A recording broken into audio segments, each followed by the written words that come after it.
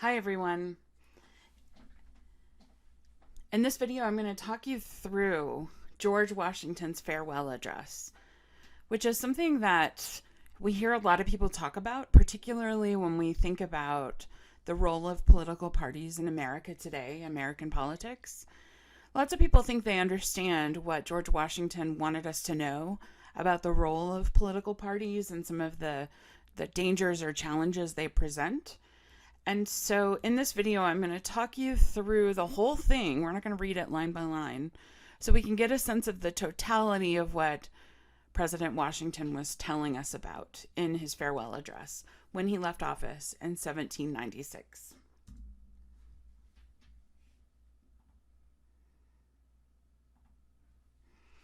So I'm not going to read this whole thing to you, and you'll notice that this is the beginning. We're not actually going to look at any of this.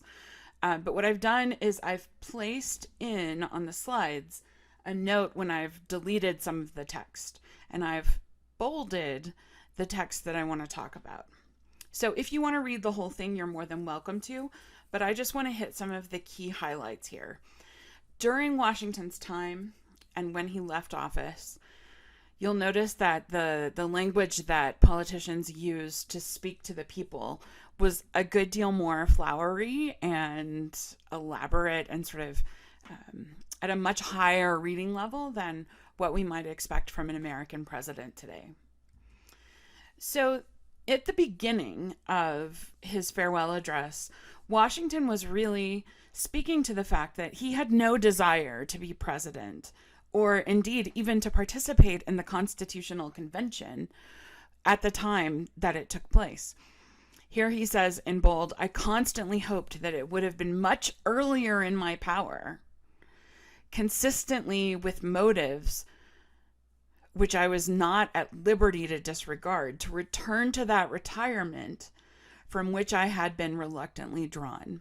So after the Revolutionary War, he retired to Mount Vernon in Virginia on the banks of the Potomac River, where he hoped to live out his days in relative obscurity and peace and quiet with his wife Martha. But at the time that the Constitutional Convention was called in 1787, he was persuaded to come out of retirement to come and be a part of that convention. So he did that. He became the president of the Constitutional Convention and then was persuaded to serve as the first president, which he served for 2 terms. So here he's basically saying, I have twice been called into duty, and now I'm leaving because I really want to go back to that retirement that I wasn't excited to leave in the first place. He continues to talk about how he has tried with his best intentions to contribute to the organization and administration of the government to the best exertions of which a very fallible judgment was capable. In other words, here he's sort of saying with real or feigned modesty that he did the best he could, and he did so with good intentions. But he recognizes that he has his own blind spots when it comes to his judgment. So you'll notice here at the top I've got snip. That's because I deleted a little bit of text. But he goes on to say that what he wants to do is recommend for us to consider some sentiments which are the result of much reflection, of much observation, and which appear to him to be all important to the permanency of our felicity as a people. Okay, so he's giving us some recommendations that he thinks we need to consider as we move forward as a country. And he begins his recitation of concerns by talking about how we have to be really careful not to give in to division. So this bolded part is kind of long, but let's see what it says. It says, But as it is easy to foresee that from different causes and from different quarters, much pains will be taken, many artifices employed, to weaken in your minds the conviction of this truth, as this is the point in your political fortress against which the batteries of internal and external enemies will be most constantly and actively though often covertly and insidiously directed. It is of infinite moment that you should properly estimate the immense value of your national union to your collective and individual happiness. So I'm going to pause here. This continues on the next slide. What he's saying here is that this union that we have formed is going to be the near constant focus of threats, both internal and external, constantly, but often through secret or hidden and definitely negative efforts to undermine. So if we want to stay happy, we should cherish a cordial, habitual, and immovable attachment to it being our union, accustoming yourselves to think and speak of it as the palladium of your political safety and prosperity. My dogs are barking. I'm really sorry. So he's saying that this union is the thing that keeps us safe and prosperous. You must watch for its preservation with jealous anxiety, discountenancing whatever may suggest even a suspicion that it can in any event be abandoned. So you should never think that abandoning this union of our states should ever be a good idea. Indignantly frowning upon the first dawning of every attempt to alienate any portion of our country from the rest. So any time that you hear a politician suggesting that one part of our country is better than the rest, be that geographic, be that partisan, be that economic, any time that you hear someone saying that, well, we really need to focus on this part of the country, not the other, this is exactly what Washington was worried about. The name of American, which belongs to you in your national capacity, must always exalt the just pride of patriotism more than any appellation derived from local discriminations. So at the time Washington is giving this address, people were still in the habit of thinking of themselves as citizens of a particular state. They were accustomed to thinking of themselves, for example, as Tennesseans first and Americans second.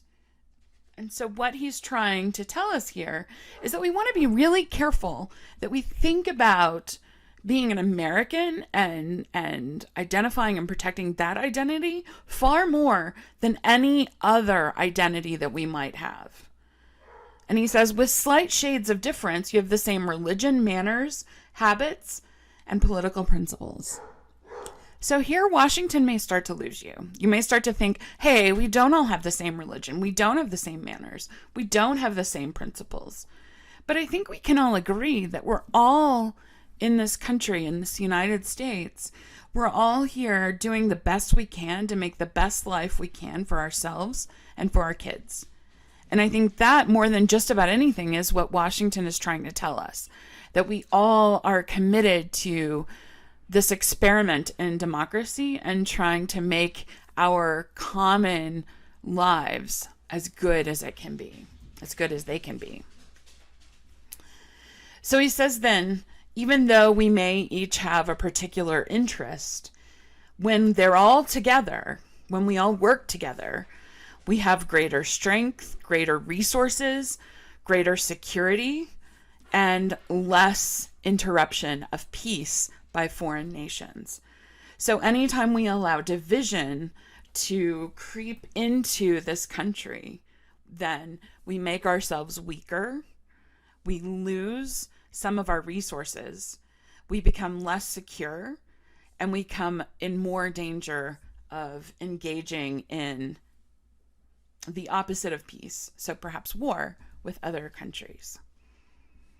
He then moves on to something you may have heard about Washington's address, which is his fear about a standing military. He says we should avoid the necessity of overgrown military establishments, because when we have them, he says, this is particularly hostile to liberty, to freedom.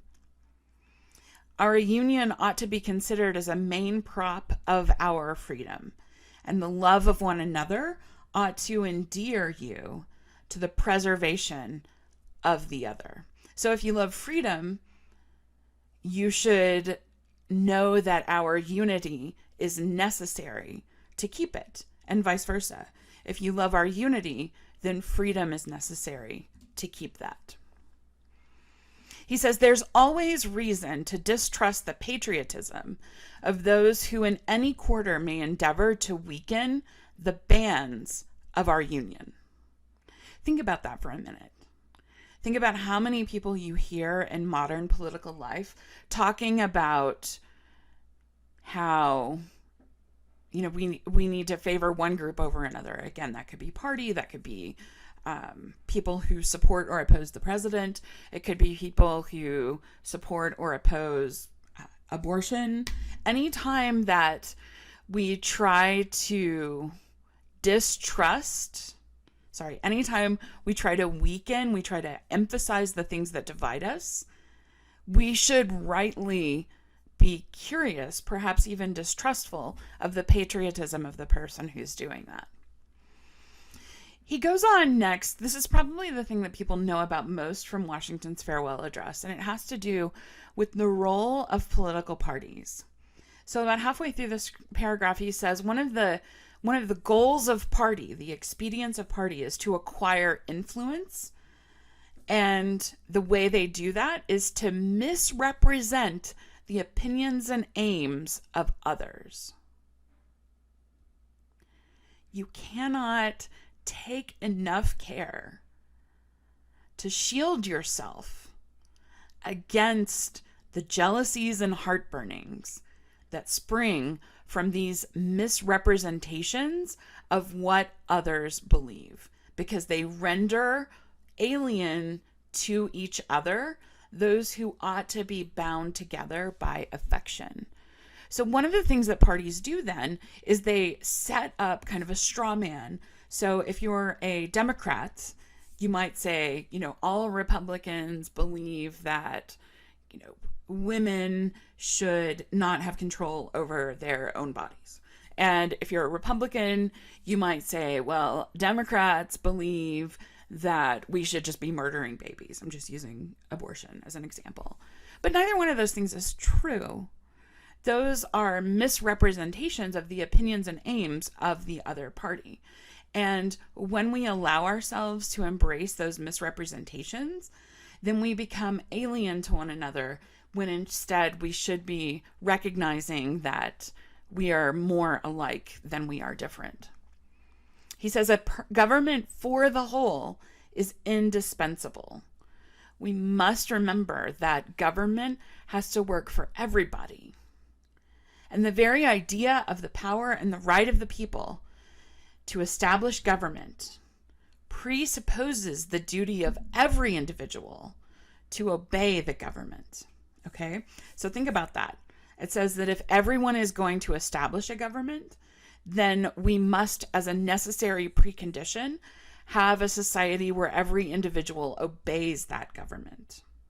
So you could think about this as taxes. If government is going to have the right to levy taxes, that means that every person must be willing to pay their fair share. All obstructions to the execution of laws, no matter what they are destructive. So anyone who's advocating an obstacle to the government executing the laws passed by Congress is potentially destructive to the union that the Congress was put in place to protect. He goes on to say that often a small but artful and enterprising minority of the community. This is something that James Madison talked about as faction.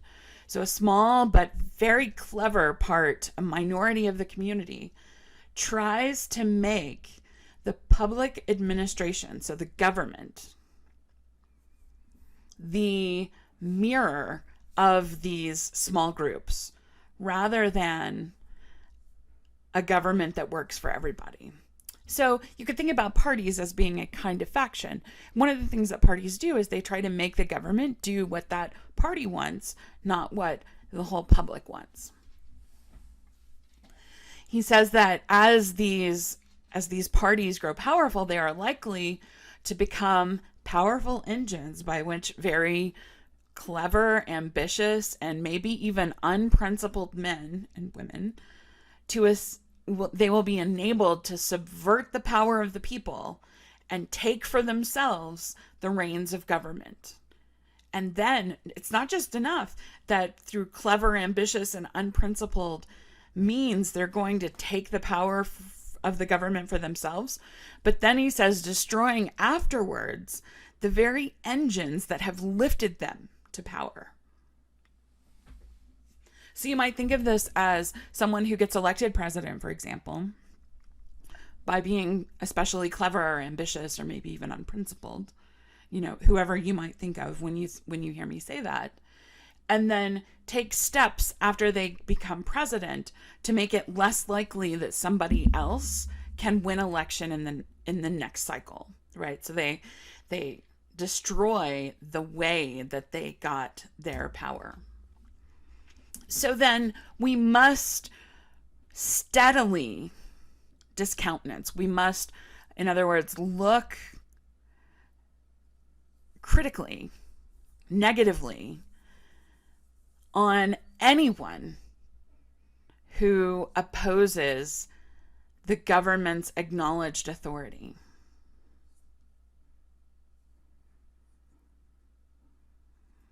And in so doing, perhaps, someone might be trying to undermine what cannot be directly overthrown. Liberty itself, he says, is little more than a name if the government is too weak to stand up to these small groups that gain power in government. So you might think of this as a particular party. You might think of it as Wall Street, right? So people who have lots of money. You might think of it as oil companies or large corporations. Freedom is nothing more than a name if government cannot stand up to the influence and efforts to influence of these groups.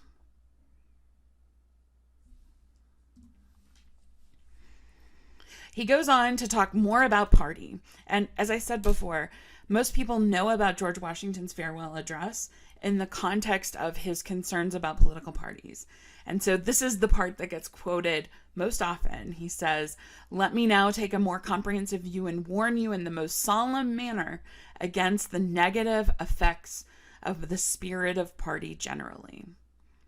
And that's generally all we hear about what Washington had to say about political parties. You don't often hear this next sentence where he says that spirit of forming political parties, unfortunately, is inseparable from our nature, having its root in the strongest passions of the human mind.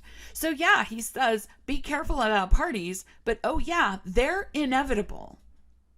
They're going to happen because of the way that the human mind exists. He says, no matter what government, parties exist in different shapes in all governments. The only difference is how stifled, controlled, or repressed those impulses are.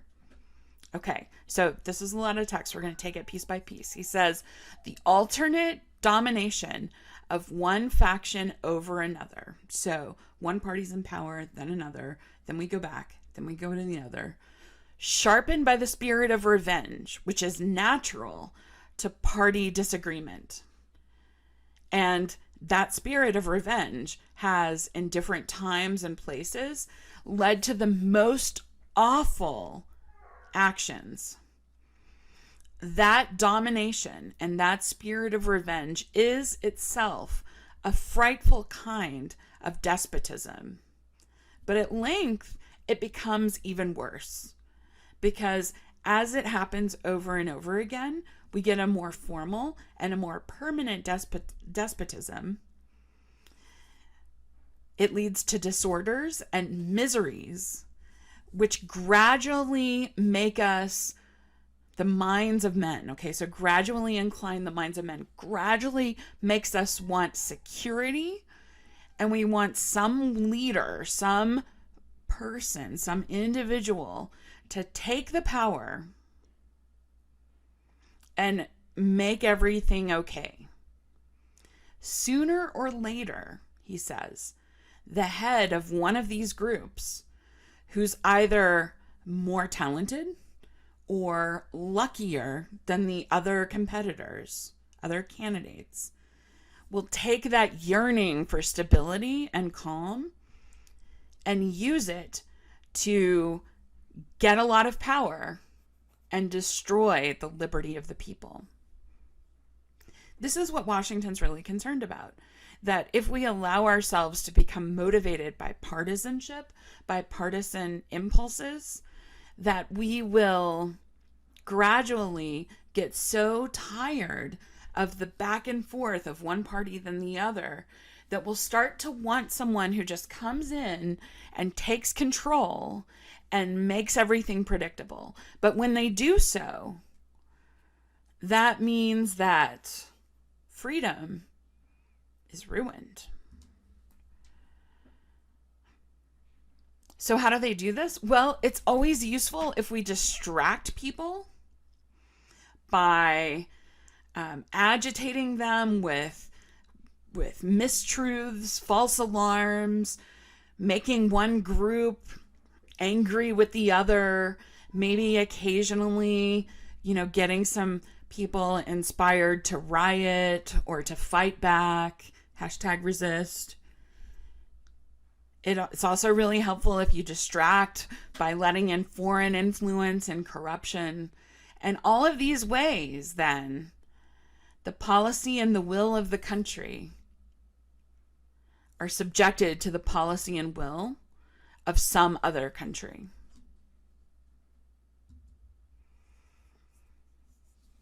Some people say that, he says, that parties in free countries are a good way to check the administration of the government, to keep alive the spirit of liberty.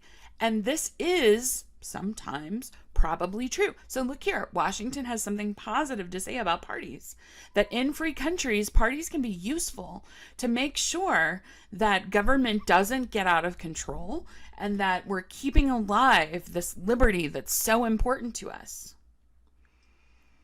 But we have to be careful. We have to be careful because, and I love this last line, it's my favorite line in the whole farewell address. He says, "A fire not to be quenched, it demands a uniform vigilance to prevent its bursting into flame, lest, instead of warming, it should consume."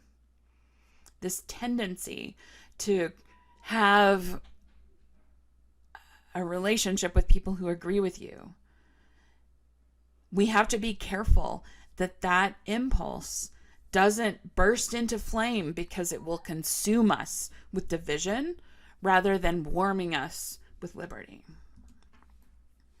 Likewise, the habits of thinking in a free country should inspire caution in those entrusted with its administration to confine themselves within their respective constitutional spheres, avoiding in the exercise of the powers one branch to encroach upon the other. So then those people who take government, they have to be really mindful that they don't accidentally step into the sphere of power that another branch of government has. As a primary goal, then, we need to make sure that people are learning and paying attention and are informed. Because if public opinion is not enlightened, then the public cannot hold its government accountable. Washington here is saying we need mechanisms to make sure that the people know what's happening and that they're informed enough to make good decisions. Another thing that Washington talks about that a lot of people point to, he was very concerned about the country borrowing a lot of money. Not that we should never do it, but that we should be really careful to remain strong and secure to avoid the accumulation of debt, not only by not spending money, but anytime we're not actively at war, to pay off the debts that any previous wars may have brought to us. Because we don't want to throw upon our children the burdens that we ought to pay ourselves.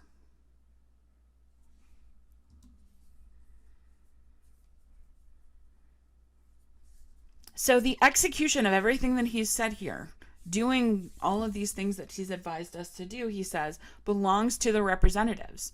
But public opinion must hold those representatives accountable.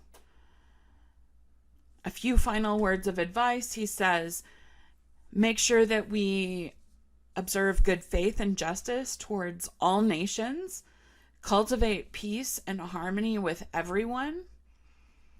Nothing is more essential than permanent anger or hostility against other nations, and passionate attachment or affection for others should be excluded. So he's saying here, don't have standing alliances and don't think of someone as your permanent enemy. In place of them, have fair and friendly feelings towards everyone. When a nation indulges towards another nation a habitual hatred or a habitual fondness, liking, it becomes in some degree a slave to its anger or to its affection, either of which would be sufficient to lead that nation away from its duty and its interest. Think about that. He says there are lots of ways that other governments can try to have influence in our country, and we should be careful. Other countries will try to tamper with our domestic groups, our parties, our interests. Other countries will try to practice the arts of seduction to mislead public opinion, to influence or awe the public councils. Such an attachment of a small or weak towards a great and powerful nation dooms the small and weak to be the satellite of the great and powerful. So we want to be careful. We want to be really mindful about ways that other countries, either through, trying to turn up disagreement between groups in our country, or to try to influence or overwhelm with gifts or accolades our political representatives, or to mislead the public. Those are all ways that we become a satellite of another country. He goes on to say that history and experience prove that foreign influence is one of the most baneful foes of Republican government. Republican government here means representative government. And he says history and experience tells us that when other governments try to interfere in our government, it makes representation very difficult. So then when we're thinking about how to relate to other nations, the great rule is to extend our commercial relations, so trade freely and often, but have as little political connection to other countries as possible.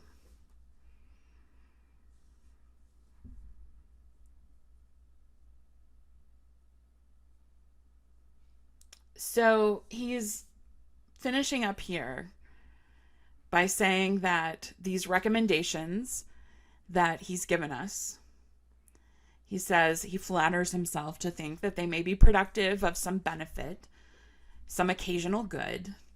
They may now and then help moderate the fury of partisanship.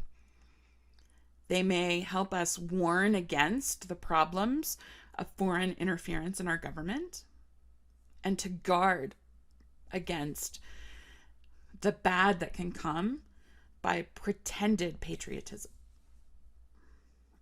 And he hopes that you will take these recommendations with the solicitude for our welfare that they have been given in. So that's George Washington's farewell address in about 30 minutes. I know that's long. But here are some questions for reflection. And I would invite you to go to our discussion board and talk about some of these maybe. Thanks for listening.